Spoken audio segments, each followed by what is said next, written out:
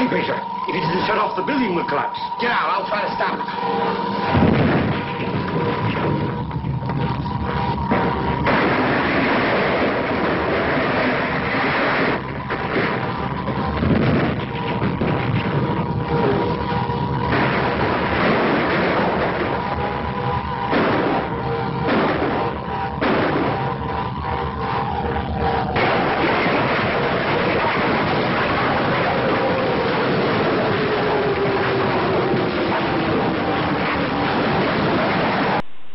Hello to all my YouTube friends. It's Cromda1.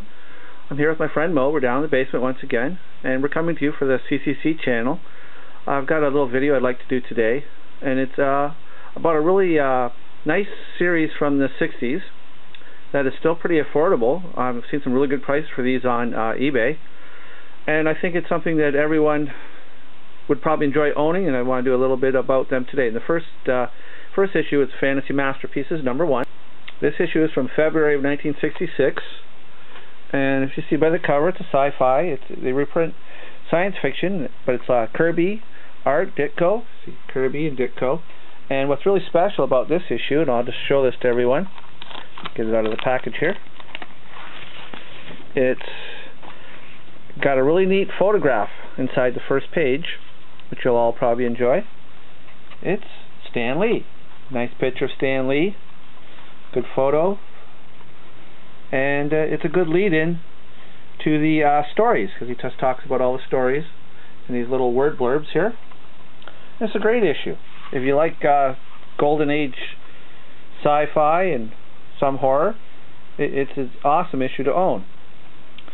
And what they did was, they did 11 issues of Fantasy Masterpieces. And I happen to have every issue, because I just think they're great. #2. More of the sci-fi, and this is the reprint of the first Fin Fang Foom by Kirby. Try and say that 3 times. Then in issue 3 they went to a giant size, and this is what I really appreciate, are Golden Age Captain America stories, and those are very expensive nowadays. Plus you've also got some of those horror sci-fi, which I really enjoy. So great deal. #4, same idea. Nice covers here, by the way. Great artwork. And you get some of that original Kirby art as well, from reprinted. #5. There's Bucky and Captain America. And the horror stories, I like the Things from Dimension X. Fell from the Flying Saucer, and Mr. Gregory and the Ghost. Good stories. Love the cover, #6. Captain America, the original Red Skull. Some great Golden Age stories, and what I really appreciate about these is it's be expensive to try to get a hold of all these copies, you know, the original copies, but to buy these, you've got the original stories to read at least. And this is like, if you look at #7, they bring back Human Torch, Submariner, and Captain America. And these giant size give you lots of good reads. They're amazing covers, and I'll just show you with #8 as well. The original battle between Submariner and Human Torch from 1940. That's an amazing reprint. Some great sci-fi. A lot of Ditko art there. The original comics for these are through the roof, really, for expensive. Like this is from Marvel Mystery #9 for #8 here. And #9 itself is the origin of the Human Torch, as it originally appeared in 1939. And this is actually a reprint, let me see here, of Marvel Comics #1, which if you look in the Overstreet guide, in their mint guides at over $400,000. And even a good copy is $20,000. So getting a reprint is a good deal, as far as I'm concerned.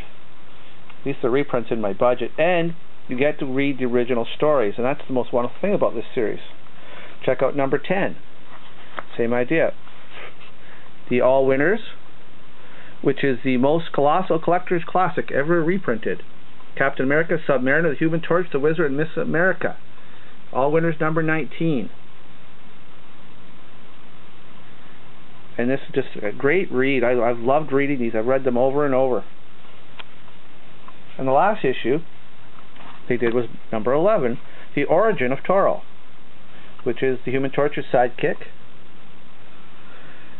And it also has, and a reprint of Black Knight number 1, The Origin of the Black Knight. So I just want to let everybody know that this is a great series. I think it's something you'd enjoy. They're very reasonable on eBay, and if you can't afford the original comics of Captain America, Human Torch, Submariner, they are great buys. So now, also I want to lead into the continuation from Fantasy Masterpieces. Went from number 11 and was actually continued in Marvel Superheroes number 12, which, as you all know, or should know, and you will know, is the first appearance of the Kree Captain Marvel. Now, I also want you to realize that this is not to be confused with the other Marvel Superheroes came out previously in 1966 with this one. It was the first Marvel one-shot, and it's a great issue as well. It reprints Daredevil 1, Avengers 2, and also, once again, the Torch and Namor the Submariner. Now, I've said in some of my own videos that I've done on my page, getting 2 copies of these type of issues are great. I love doing that. I've also, over the years, been a big fan of this original Marvel Superheroes from the 60s. And I did the same thing. I've completed the complete series of original prints. These are not reprints. These are new stories with some reprints added because they're giant size. So I've got 2 of the first Captain Marvel. Reacher Coster. I've got number 13, which is the second appearance of Captain Marvel. Now this issue, number 14, is one that should be on everybody's want list. Now this one here is not only is it Spider-Man, as you can see, and I have 2 copies of this one as well because it's an awesome issue. And right now I've actually seen this on eBay for a very reasonable price. It guides at near mint in the Overstreet guide at $185, but you can find some really this issue at a very good price if you check out eBay, maybe even your local dealer, because I picked up this issue for $18 at a local comic store. My second actually issue of this, and it is such a great story. It's also, I believe, the first solo Spider-Man outside of his own titles.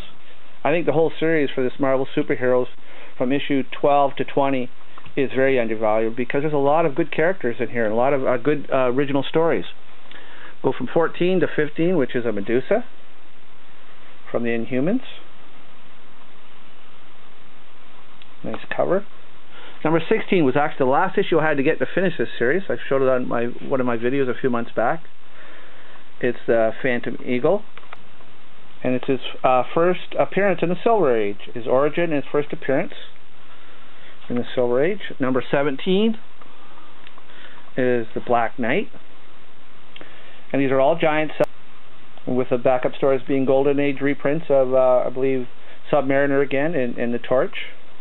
Now, one of my favorite issues, because it was one of my favorite series I used to buy back in the 90s, I believe, the Guardians of the Galaxy, and I read them from Marvel's Present. This is their first appearance, Marvel Superheroes number 18. It's also another one where I have 2 copies of the issue, and it's great if you're a Guardians of the Galaxy fan. It's their first appearance. Now, number 19 is the Jungle Lord Kazar. And you got to remember, these are all new stories with reprints in the back, but the reprints are generally Golden Age superhero reprints, and there's some great stories.